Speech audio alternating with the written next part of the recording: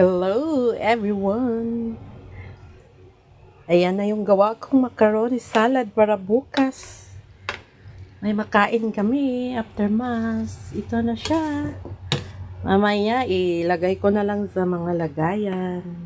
Ayan ang ginamit ko. Procate, Lady's Choice, Kao, condensed, cheese, miso cream, tsaka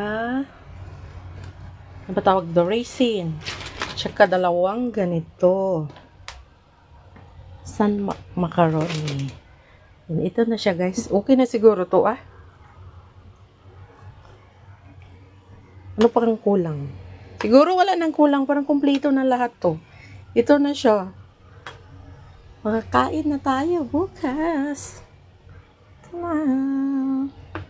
Dalawang Eden cheese lang yung nilagay ko. Yes siya. Thank you for watching. Kung mag-watch kayo, thank you.